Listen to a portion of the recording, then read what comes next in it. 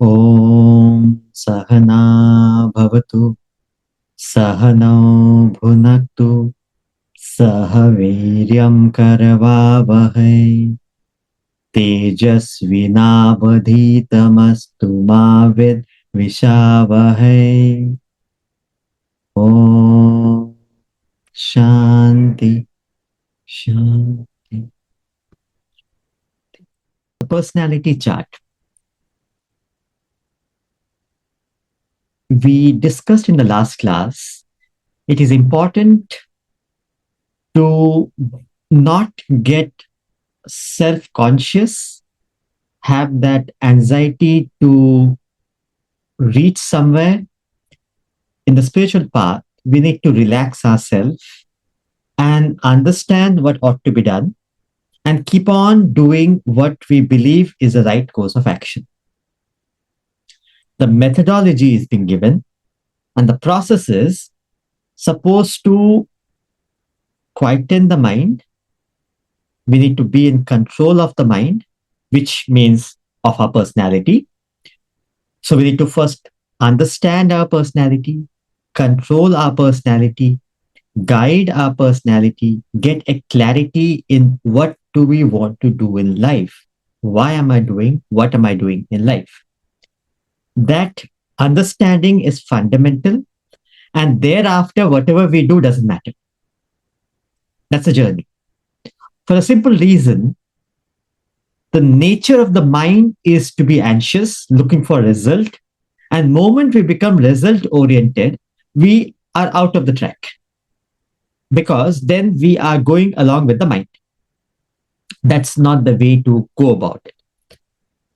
And mind may start imagining ourselves to be in a particular position, in a particular spiritual level, and then it comes down to the ego, the individuality. We keep on highlighting that we are somebody great and we are different because we are spiritual. We want to do something different, and that itself, the ego itself, takes us away from the path because the focus or the purpose was never to highlight our personality, was never to highlight the individuality. It was always to dissolve the individuality. That is spirituality.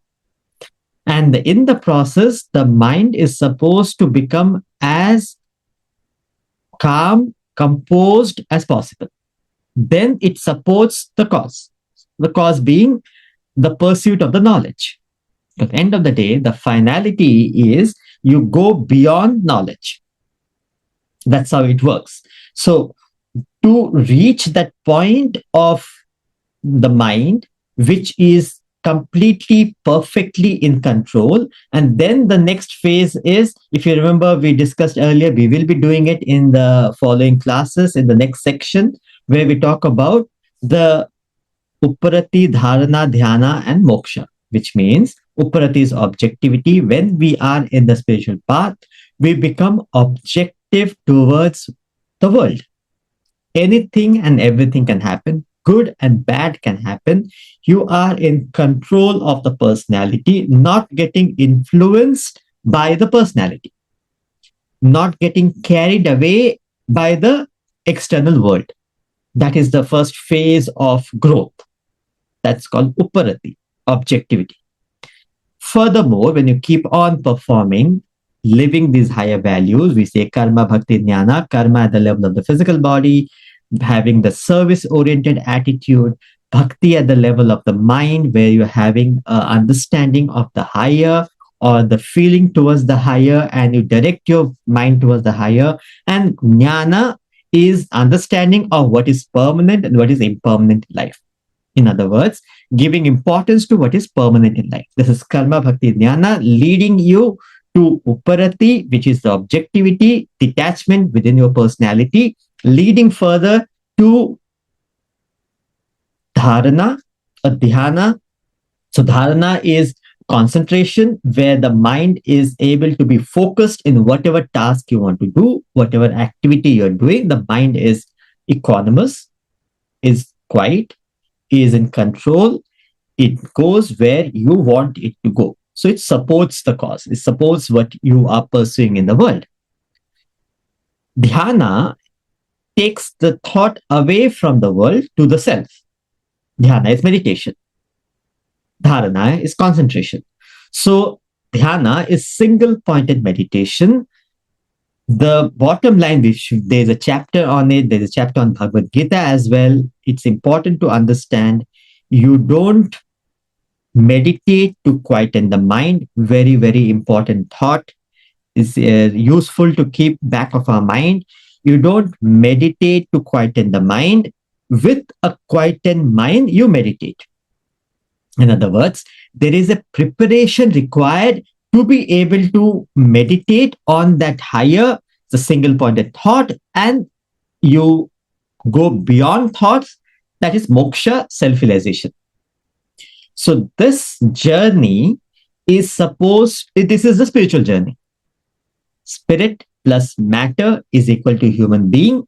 When a combination of spirit and matter is focused on the matter vestures, we are materialistic. What am I getting at the level of the body, mind, and the intellect? If the thought is only caught up in the body, mind, and intellect, I am materialistic, I am sensualistic, I am caught up in the world. And what's the problem with that? I am influenced by the world. I get affected by the world. I jump with joy, sink with sorrow. I am completely moving with the happenings of the world. There is no control in my personality. Also, internally, there is no growth in the personality. What am I doing? Why am I doing it? There is no understanding, there is no growth. I'm just running after the world, running after desires. No, we often say running after desire is like running on a treadmill. It doesn't take you anywhere. It completely tires you. And end of the day, you are where you are. So that is the problem. You can't just keep on running after desires. Then how do you go about it in life? And that's where the knowledge comes in. And the knowledge tells you that don't focus on the materialistic aspect of the personality. Instead, shift your focus from that to the spirit in you. And that is the spiritual path. Now, when you start the spiritual path, that's when the karma, bhakti, jnana comes in. And when you keep performing, that's where the uparati, objectivity comes in. And dharana, concentration comes in. Then dhyana, then the meditation, you meditate and you realize the self. This is the entire path. In other sessions, there's a chapter where we talk about in detail. Next topic, next section is a technical section where we talk about all this, the 5 aspects of the personality. We talk about the states of consciousness. We talk about this aspect of the karma, bhakti, jnana, the 4 states of consciousness. All these are the technical aspect of Vedanta, right? So right now we are in a simpler aspect, simpler way of understanding the knowledge. Now, why we are mentioning this is, it is important that we are not having that anxiety in the field. It may take years, thousands of years, doesn't matter how long it takes to realize the self, to complete the journey, to complete the game, doesn't matter. What matters is the direction. If I keep on moving, time is not the factor anymore.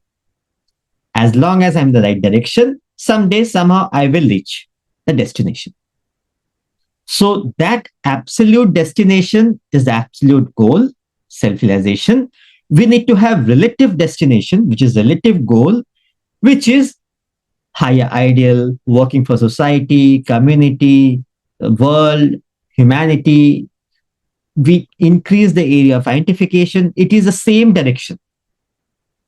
Diluting the individuality, reducing selfishness, becoming more and more unselfish, as much as selfless as possible. Removing the I in the equation is called as selfless.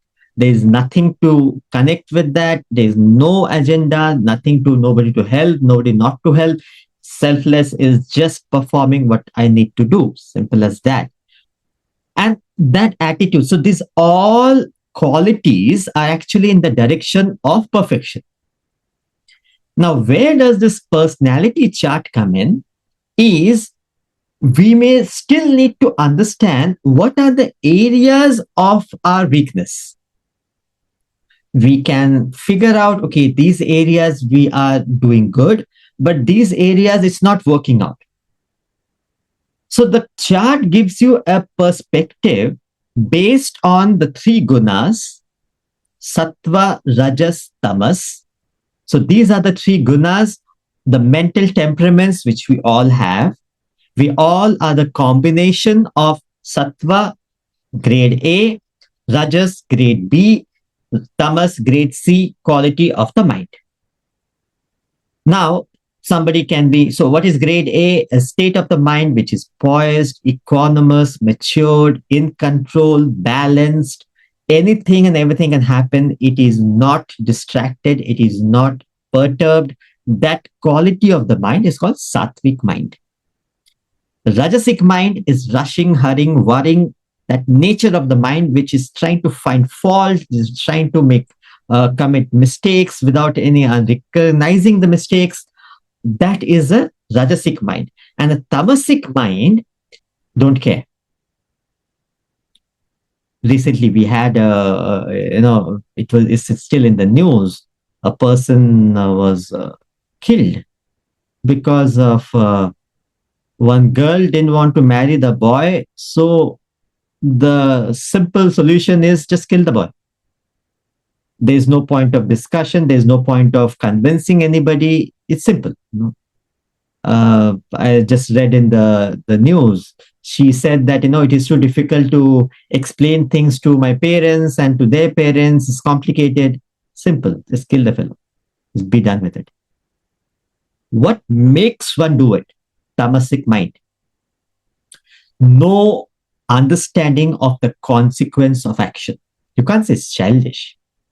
You can't say it's a grown-up person doing it. It can't be called as innocent and childish. No. It is a tamasic mind, where the mind does not want to put effort, is inertia, there is no understanding, they don't want to understand, they are stubborn, they are ignorant. That state of the mind is tamasic mind. So we have Satvik, Rajasik, Tamasik, grade A, grade B, grade C. Based on this gradation, how do we understand our personality? How much Satvik knowledge we have? So they have graded the 7 aspect of the personality: knowledge, action, actor, intellect, steadfastness, happiness, renunciation. These are the 7 gradations, 7 sections, 7 aspect of the personality. Knowledge, understanding. Then comes action. What type of action I'm performing? What type of understanding do I have of life? What type of action I'm performing? What type of actor I am? What is happening within my personality? What type of intellect I have to operate, to execute that action? What type of steadfastness I have? What type of shraddha? What type of consistency of purpose do I maintain in doing what I think is right and in not doing what I think is wrong? What type of happiness do I enjoy? Do I look forward for? Do I pursue in life? What type of renunciation do I have? What type of things which I stay away from? Why do I stay away from it? The reasoning behind it. Now, each aspect, each of the 7 aspects can be Satvik, Rajasik, Tamasik. Satvik is grade A. Knowledge, grade A quality knowledge. Grade B quality is Rajasik knowledge. Grade C quality is no knowledge, ignorance, steeped in ignorance. Action can be grade A action, perfect action. Grade B will be Rajasik action, which is, it's better than no action, but there is no, the quality is different. And the grade C will be Tamasik action, which is like, there's a lot happening. There is no understanding in it. It's arising out of delusion, confusion, without understanding one's capacity, ability, all that we have already covered, which is Tamasik action. Then we discussed about actor, what type of actor you are, Satvik, Rajasik, Tamasik. A Sattvic actor is the perfect actor who is completely detached and does what ought to be done without any ego, without any attitude of no kartritva bhavna, no I-ness, no minus in the equation. He is built with firmness, enthusiasm. He has cheer, laughter, lightheartedness, and action performed gracefully. There is no pressure in doing it. You don't feel the pressure. For the simple reason, there's an understanding backing that action. There's a higher understanding which is backing the action. And so that action is no more tiring. In fact, it is the opposite. It is giving you more energy, more motivating. A Rajasic action will be, a Rajasic actor will be more selfish, desire ridden. He's a victim of passion. He gets into, he has negative feelings, impure feelings. He craves for fruit, develops greed for acquisition, possession, and enjoyment. He tries to get his work done in different ways, manipulating just to, for his sake, for his benefit, his profit. That type of attitude actor is a selfish, self-centered actor. He is a Rajasic actor. And a Tamasik is no goal, no purpose, whims and fancies, suddenly decides something, suddenly decides vulgar in thought, word, and deed. What he says, kind of society we are in today is tending towards vulgarity. It's such a common part of the society. Children are starting, they're getting, adopting it. It's sad. It is a Tamasic actor where there is no understanding of higher values of life, no knowledge backing the actor. Malicious, lethargic, indifferent, heedless, want to run away from action. People are there, the society, there are people who want to work for 30 years and retire. I just don't want to, work anymore. I want to have the money and I just want to invest it and I'll have enough money to live rest of my life. Why do I have to get into all these complications? Why do you have to work? And why do you have to have relationships? It's too complicated. Why do you have to have commitment? Just move on with life, enjoy life, interact with people, live with people, but no relationship, no commitment, simple Tamasic actor. Malicious, lethargic, indifferent, procrastinate, no understanding of right and wrong. That type of a personality. Then comes the intellect. We have covered it in the last session. The intellect, Rajasik, Satvik, Rajasik, Tamasik. A Satvik intellect, very interesting. Knowledge, Satvik knowledge, Rajasic knowledge, Tamasic knowledge, understanding the unity in diversity. Rajasic knowledge is seeing a diversity in where there is a unity, and Tamasic knowledge is no knowledge, holding on to obstinate, holding on to a belief without any logic. Karma, Satvik, Rajasic, Tamasic, based on duty, responsibilities. Satvik, Rajasic is desire-ridden. Tamasic is arising out of confusion, delusion. Actor, Satvik, Rajasic, Tamasic. A Satvik person is non-egoistic. Rajasic person is has a lot of passion, and that creates agitation, that creates problem in the personality. And the Tamasic actor has no interest to, is lethargic. He doesn't want to perform duty, he has no responsibility, he doesn't want to take it up anything, run away from responsibilities. Tamasic actor. A Sattvic intellect understands what is right and what is wrong. It clearly distinguishes between path of action and path of renunciation.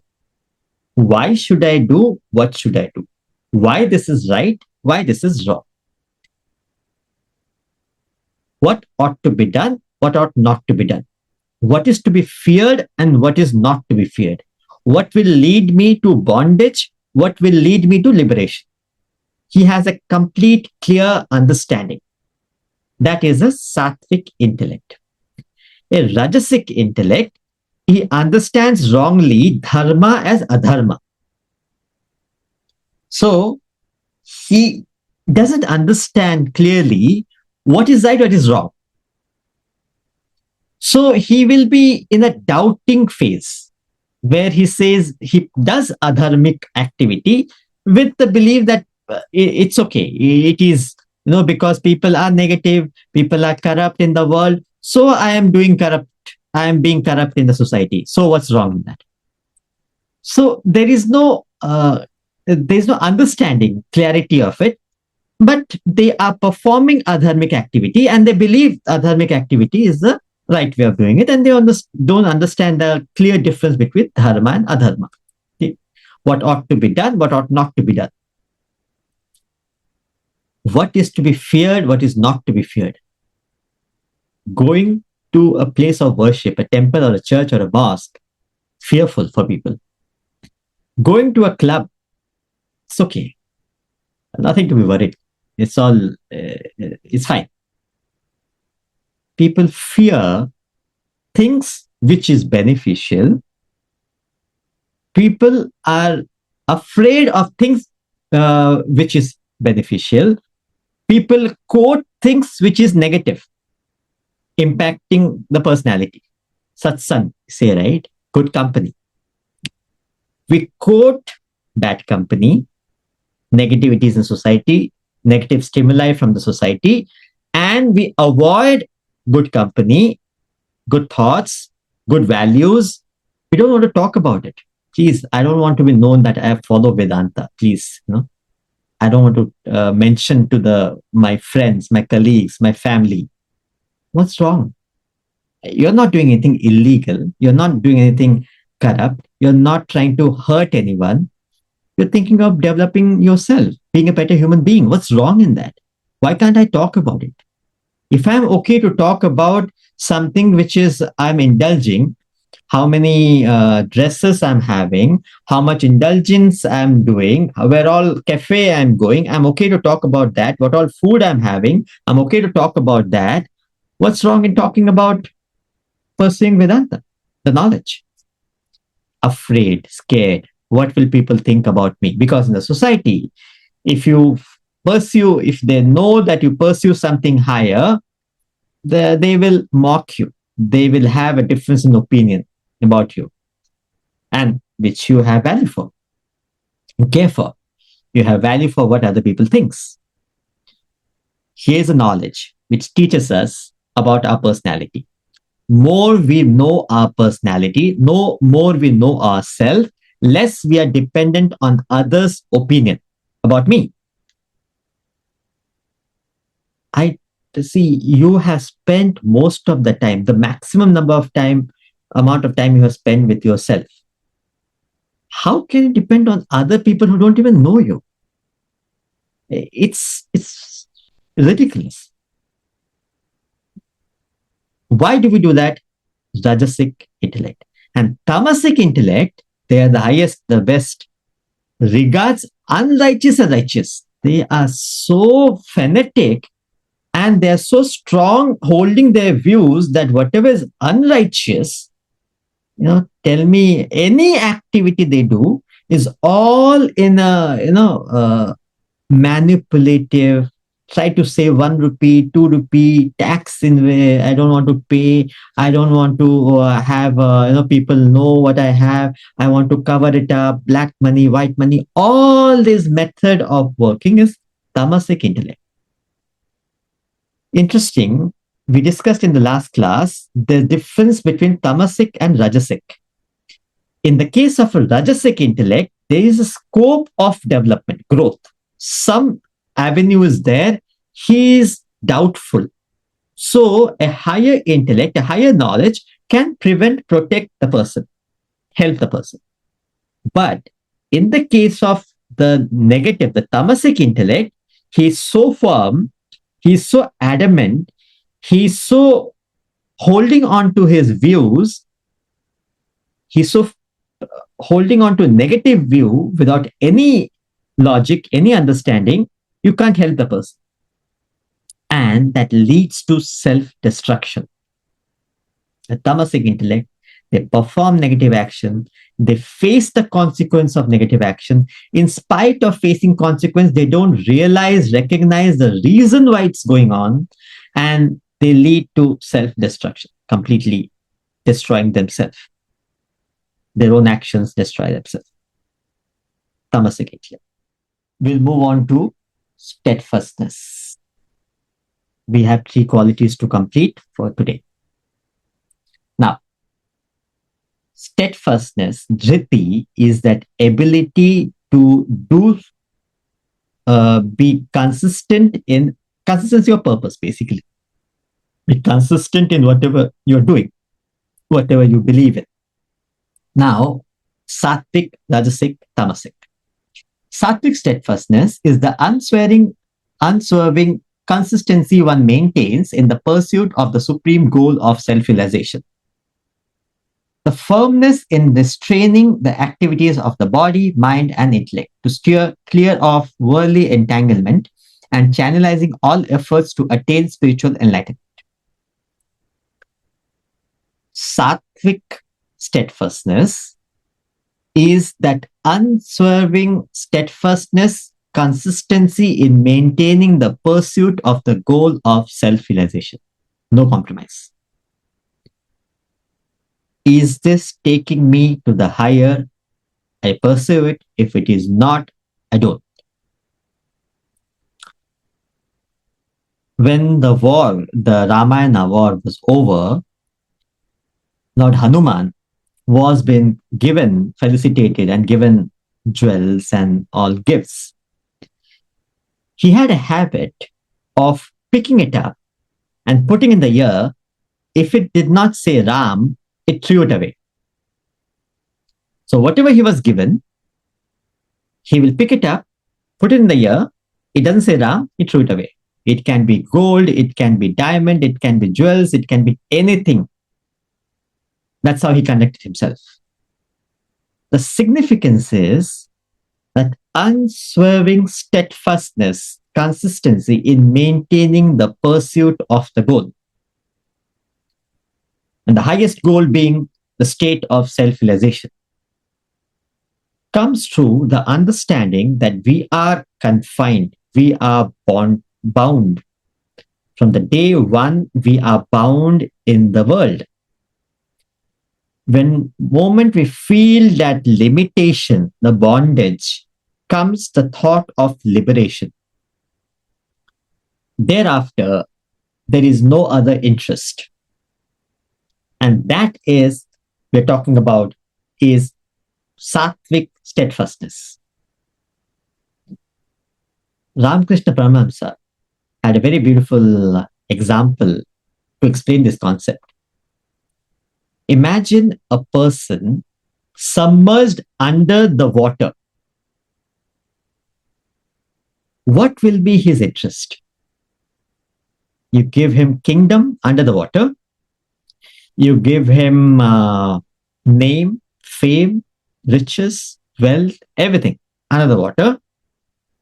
It's all available. What will he be interested in? The only interest he will have is to get out of water. He feels that suffocation. He feels constricted. He wants to liberate himself. It's called mumukshatva. That yearning to liberate. Moment you have that mumukshatva, that yearning to liberate yourself from the tantrum of the matter, of the world, you will do whatever it ought to do, whatever it takes to come out of it. You're not interested in anything under the water. You only want to get out of that water, come out, and that fresh air you want. For that, you will do anything and everything. That consistency of purpose, that all activity you're doing under the water is only to come out of the water. That is the feeling which we need to have, which you cannot develop it. That's the problem with this and the spiritual path. We become complacent in the world. Christ says, if you are comfortable, you will never reach it. Only when you are uncomfortable in the world, you will want to reach it. We become comfortable, complacent in the world. My daughter gets married, everything is fine. My son gets into engineering. That's all I want in life. My son gets married. That's all I want in life. Never we step back and realize that all these thoughts we had before also. There's no end to it. When you keep on pursuing the world, there is no end to the pursuit. So does it mean we don't pursue the world? We run away from the world? No. Vedanta doesn't say that you have to run away from the world. It is only saying about the mindset we are carrying. We are completely dependent on the world for happiness. It's coming up. Happiness is next, then is renunciation. That understanding, moment you understand there is something higher to achieve, there's nothing to do with the world.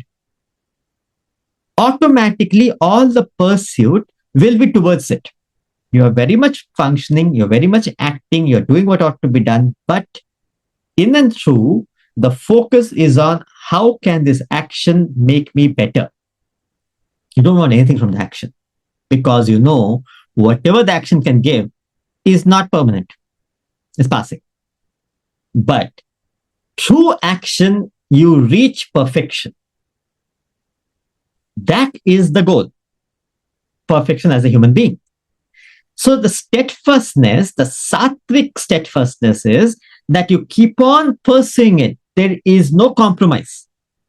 You practice self-restraint, steer clearly the worldly entanglement. You don't get involved, attached to anything the world provides.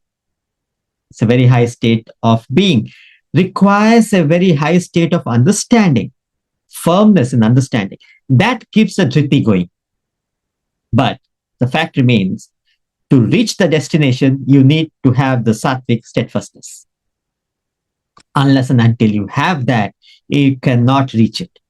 Somewhere down the line, you'll buckle. Why this? Why can't I do this? Why can't I try something different? You have to be firm, clear, keep moving. Only then you reach the destination. That is Satvik steadfastness. Then comes Rajasik steadfastness. So, Rajasik steadfastness is that with which you cling on to duties and responsibility you have imposed upon yourself. These are your creation.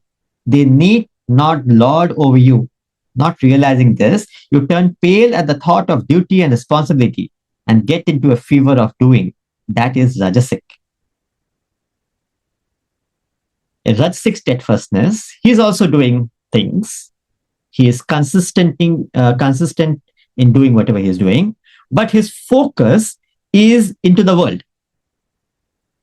He is only trying to do things in the world. He is interested in the world. So he clings on to duties and responsibility. That's his nature. That's the way he conducts himself. So he clings on to material and sensual motivations.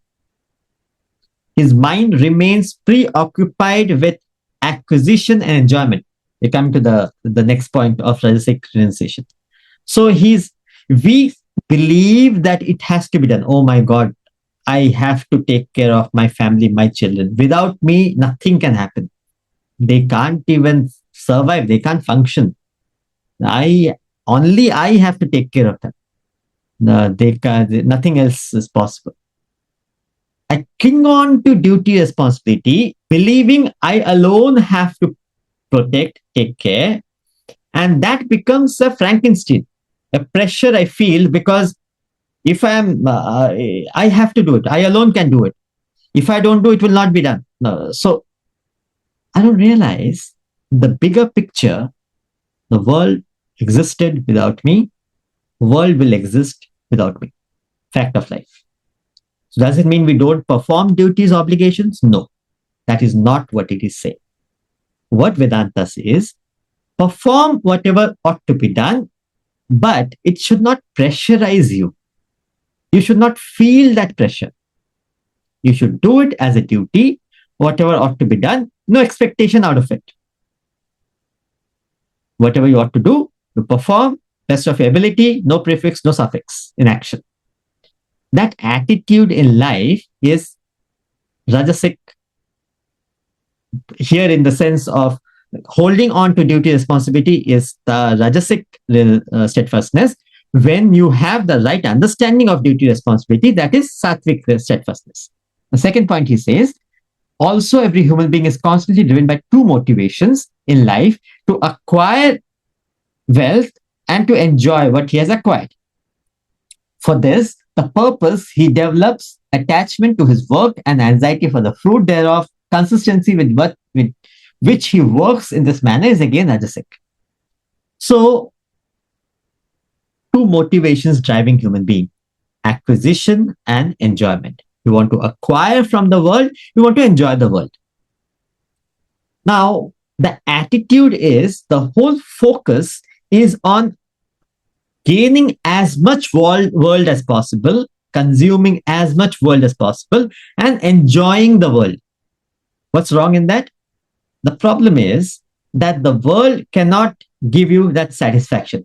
The whole process, you're doing it to gain that happiness, contentment, satisfaction. The world cannot give you. But the mind holds on to it with the belief that that is what is going to give me happiness. So remain preoccupied with acquisition, enjoyment, no higher values in life. Cling on to the past and the future. Past worries and the future anxiety. You're never happy. That attitude of the mind is Rajasic steadfastness. And what is Tamasik steadfastness is the consistency with which a person foolishly keeps imagining, fearing, grieving, despairing, and maintains an arrogant attitude in life.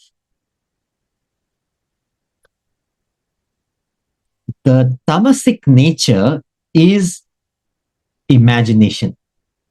Ignorance creates imagination. More you are in ignorant, steeped in ignorance, more you keep imagining things. Nothing has happened. Still you're worried. What if that happens? What if I die? When I die, you'll see every day why to die. You're not able to detach because you imagine. The mind's nature is to keep imagining. And more ignorant we are, more we keep imagining things in life. So the consistency with which we keep on holding on to imaginary things, foolishly fearing out of that imagination, grieving, despairing because of the imagination, then nothing happened. Nobody said anything. No, you know what? I think that person has something negative for me. Why do you say that? Did he mention anything? Is it right to think like that? I just felt, I just think, I just imagine.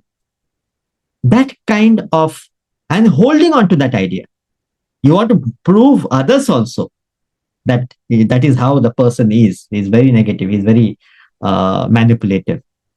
On why to talk about other person's nature, and that too negative? A Tamasik steadfastness. He maintains an arrogant attitude in life. He's never peaceful, never happy in life. Then comes the happiness. Satvik, Rajasik, Tamasik. A quality of happiness what you pursue in life. We all are chasing something called as happiness. Never got it. What is the quality of it, what we are chasing? Is it sustainable? Is it temporary? Or is it I don't care? Sustainable happiness I pursue is sattvic happiness. Temporary happiness I pursue is rajasic happiness. I don't care is tamasic happiness. Sattvic happiness arising from the clarity of intellect in that which feels detestable in the beginning and ends up blissful. The happiness derived from the pursuit of supreme self within, which entails the physical restraint emotional detachment, and intellectual understanding of spiritual knowledge. These practices demand effort and discipline. The practitioners find them stiff, even painful at times. Hence, the pursuit is said to be detestable in the beginning. However, with continued practice, they become pleasant, enjoyable, and turn wholly blissful in the end. Very interesting concept. Anything good is never pleasant in the beginning. There is a word used, preyaha and shreyaha, in the Bhagavad Gita. Preyaha, path of pleasant, immediate joy, happiness you gain. Shreyaha is path of good. Path of good may not be palatable in the beginning. Living a disciplined life is not something pleasant. You have to do something every day. The mind doesn't allow. Someday the mind is happy, someday the mind says no, why you're getting into. The intellect keeps on consistently performing what you believe as a healthy way of living, healthy way of conducting yourself. Knowledge, reading, studying in the morning, yoga, exercises, gym, workout, eating right types of food, having a disciplined way of doing things, having the right time for sleep, getting up in the morning at a particular time, you're doing right things. It is detestable in the beginning, but it takes you a long way. It keeps you healthy, it keeps you fit physically, emotionally, intellectually. Throughout your life, you are able to handle things in a better way. So, the mind which pursues that happiness, which is not giving you immediate joy, but still you're doing it because you understand it is for the long term required, that mind is sattvic happiness. That state of the mind is pursuing the sattvic happiness. Rajasic happiness is the opposite of sattvic. It arises from the senses contacting the object, feels pleasant in the beginning, and turns painful in the end. Sensual pleasure is enjoyable only to start with, but the joy diminishes with continued contact and ends up with pain and sorrow. Contact based enjoyment is leads to pain, suffering. So the mind which pursues sense contact based enjoyment is a Rajasic mind. We pursue Rajasic happiness. Temporary, just for the moment, it's not sustainable. You keep on chasing the world, object, being, people. You keep on chasing with a hope to gain that happiness, which is not there in the world. That mind is that happiness you're pursuing is Rajasic happiness. It feels pleasant in the beginning, but it turns out to be painful in the end. And the last is Tamasik happiness. Tamasik happiness springs from ignorance of the Supreme Self, a happiness delusive of the Self from beginning to end, arising from sleep, indolence, heedless. When you are ignorant of a malady, you remain blissfully unaware. It does not agitate you mentally. So also the pleasure or joy derived from indolence, lethargy, indifference, heedless, that type of negative happiness is tamasic happiness. There are people in this you see around who don't want to put effort. In fact, they use others' effort for their benefit, and they're okay with it. It springs, the foundation is ignorance of anything higher, of the self, of the highest. It comes out of sleep, indolence, heedless, reckless attitude, tamasik. They get temporary pleasure from laziness, lethargy. What time do you get up? On a weekend, maybe 3, 3 o'clock, 4 o'clock, 3 p.m. What time do you sleep? 5 o'clock, 5 a.m. That mind, which is so convenient, so happy about it, they don't see anything wrong in it. What's wrong? I have time. It's a free day. Why should I not enjoy myself? What is enjoyment? Sleep. If you think about it, the New Year's Eve, people, they indulge 31st night. They completely indulge, drink, were completely lost. And the first morning, they're not there. They're hardly awake to experience, to see the fresh experience of the new year. By the time they get up is 11 o'clock, 12 o'clock. That is enjoyment. Tamasik understanding of life. They they gain happiness out of lethargic, out of running away from duty responsibility. I don't care. I don't have to look into it. Why should I? They get satisfaction through being indifferent towards what one does and its consequence. That is tamasic happiness. So we have sattvic happiness, which is the pure form of happiness you're seeking in the right place. Rajasic happiness is the happiness you're seeking in the world. Tamasic happiness is no happiness. It's just ignorance. You believe that you're happy. You imagine that you're happy. There is no happiness in that. So that is happiness. The last part is renunciation, tyaga, a very beautiful quality in the spiritual path. We all need to have that mental state of renunciation. Renunciation is not physical. It is a state of the mind which is detached from the happenings of the world. And how does this detachment comes? Through knowledge, through understanding of higher. Moment you have the higher understanding, automatically the lower falls. A child is playing with toys.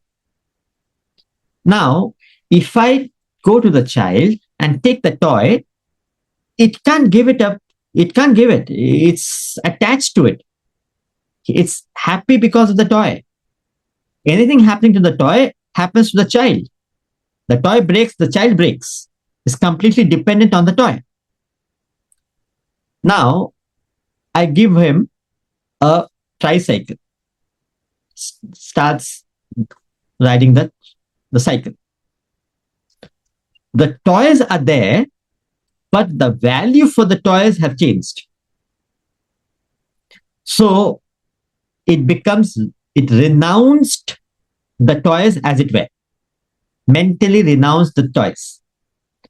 So since the child experienced a higher taste of joy, contentment, happiness from the bicycle, automatically the value for the toys dropped. It's like a ladder.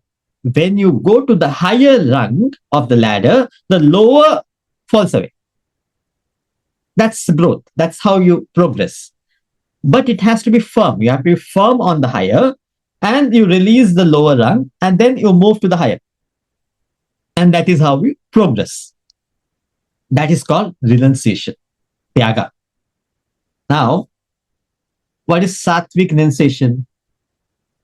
Sattvic renunciation is relinquishment of attachment and fruit while performing obligations in life. The practice of sattvic renunciation is functioning objectively in the world, merely fulfilling obligatory duties and responsibility, with no preferential attachment to action performed, and no expectations of enjoyment or fruit thereof. It is therefore not renunciation of action as such. Ironically, sattvic renunciation is defined as the performance of action that ought to be done without appendages burdening it. Very interesting. People believe renunciation means giving up action. That's not true. It's a myth. Sattvic renunciation is giving up the appendages to action. All that which takes you away from action, giving up that is called sattvic renunciation. doing what ought to be done. What do you give up? Those agitations from the past or the future, the fruit, what am I getting out of it? The anxiety for the fruit and the preferential attachment. Just do what ought to be done. That attitude you maintain. So your mental state is you are detached mentally from the happenings of that action. Outcome, the material outcome of the action, you're detached from that. So you understand each one's true identity, thus not affected by whatever the world offers. You functions objectively in life. That is true renunciation. That is sattvic renunciation. That's the purest quality of renunciation. Comes through knowledge. You can't force the child to the higher. A child can only taste something better, the lower, the value for the lower drops. That's the only way to do it. Now, Rajasik renunciation is giving up action that is painful out of fear of bodily strain or suffering. In such cases, one would take up the action when the element of pain or fear or suffering is removed. That is no renunciation. Consequently, it is deprived of the fruit of true renunciation. So, Rajasik renunciation is giving up action that is painful. There are competitive exams we have. I'm sure it will be in every country. We have this different competitive exams. In India, because of the high population, this becomes very competitive. It's very difficult. So I give up a competitive exam because it is difficult. So I say, what is there in that? No, I can just perform my talent based on my ability. I can get what I want. Why should I go through the examination of competition and it's not required? I justify it. Moment a news comes, you know what? You're categorized to get extra seats in the competition. You're in the category where you can get some benefit. Suddenly the pain is gone, you take it up. So actually you gave up because of the fear of losing, the suffering, the mental suffering. So it was not real renunciation. It was not that you grew out of action. You gave up the examination not because you understood that there is no point of it. You had a high belief in yourself and you wanted to do some business or whatever. That was not the reason. But since that was difficult, you didn't want to take it up. That kind of mental attitude is Rajasik renunciation. So you don't gain the benefit of renunciation, which is very interesting. The output of renunciation is growth. In Rajasik renunciation, you don't attain the benefit of renunciation. You don't grow out of the action. Because your mindset is you're not performing it because of the fear of the pain in it. The moment the pain factor is removed, you're okay to take it up. You're okay to do it. So you have not understood the action. It is it's not important. There's something beyond, something higher. That understanding is not there. You just give it up for the sake of, I don't want to do it because it's too difficult to do it. So the output is you don't grow out of the action. And the last, the Tamasik renunciation, the beautiful, the best one. Tamasik renunciation is a relinquishment of one's obligated duties out of delusion. A human being has to perform two types of duties. One is regular routine duties as a member of a family, society, nation, etc. And other is occasional special duties. But in ignorance, he is confused as to duty and responsibility and discard what ought to be done. That is Tamasik renunciation. By mistake, you give up something. Relinquishing one's obligated duty out of delusion, giving up out of ignorance. That is Tamasik renunciation. A lady was carrying a bag of jewels. She was rushing out of the house with a bag of jewels and a dustbin. She had to drop the dustbin and rushed to the for appointment with the jewelry. Now, in that rush, by mistake, she dropped the jewelry, the bag, in the dustbin, and she's carrying the garbage bag. Tamasik renunciation. It's not that she does not have the value for jewelry. It's not that she has grown above it. By mistake, she, out of ignorance, she just dropped it. That is giving up out of ignorance. That is not true. There is no, no true and false. There is no renunciation in that. That is Tamasik renunciation. Now, prepare your chart. The above classifications of different facets of action and renunciation provides the material for assessing your personality. Take up each one of them, study it carefully, try to match it with your nature. Thus, comparing each one of them with your nature, you may draw your personality chart and estimate the quality of knowledge you possess, Satvik, Rajasik, Tamasik, the quality of action you execute, the type of actor you are, etc. All of them examined together present a clear picture of your personality. The areas where Sattva prevails, where Rajas flourishes, and where Tamas lingers. This should be of considerable help to locate the areas of your strength and weakness and administer corrective measures for the development of your personality. Human beings fall between 0 and 100% development. 0% would be like an inert object. 100% would be a self-realized soul.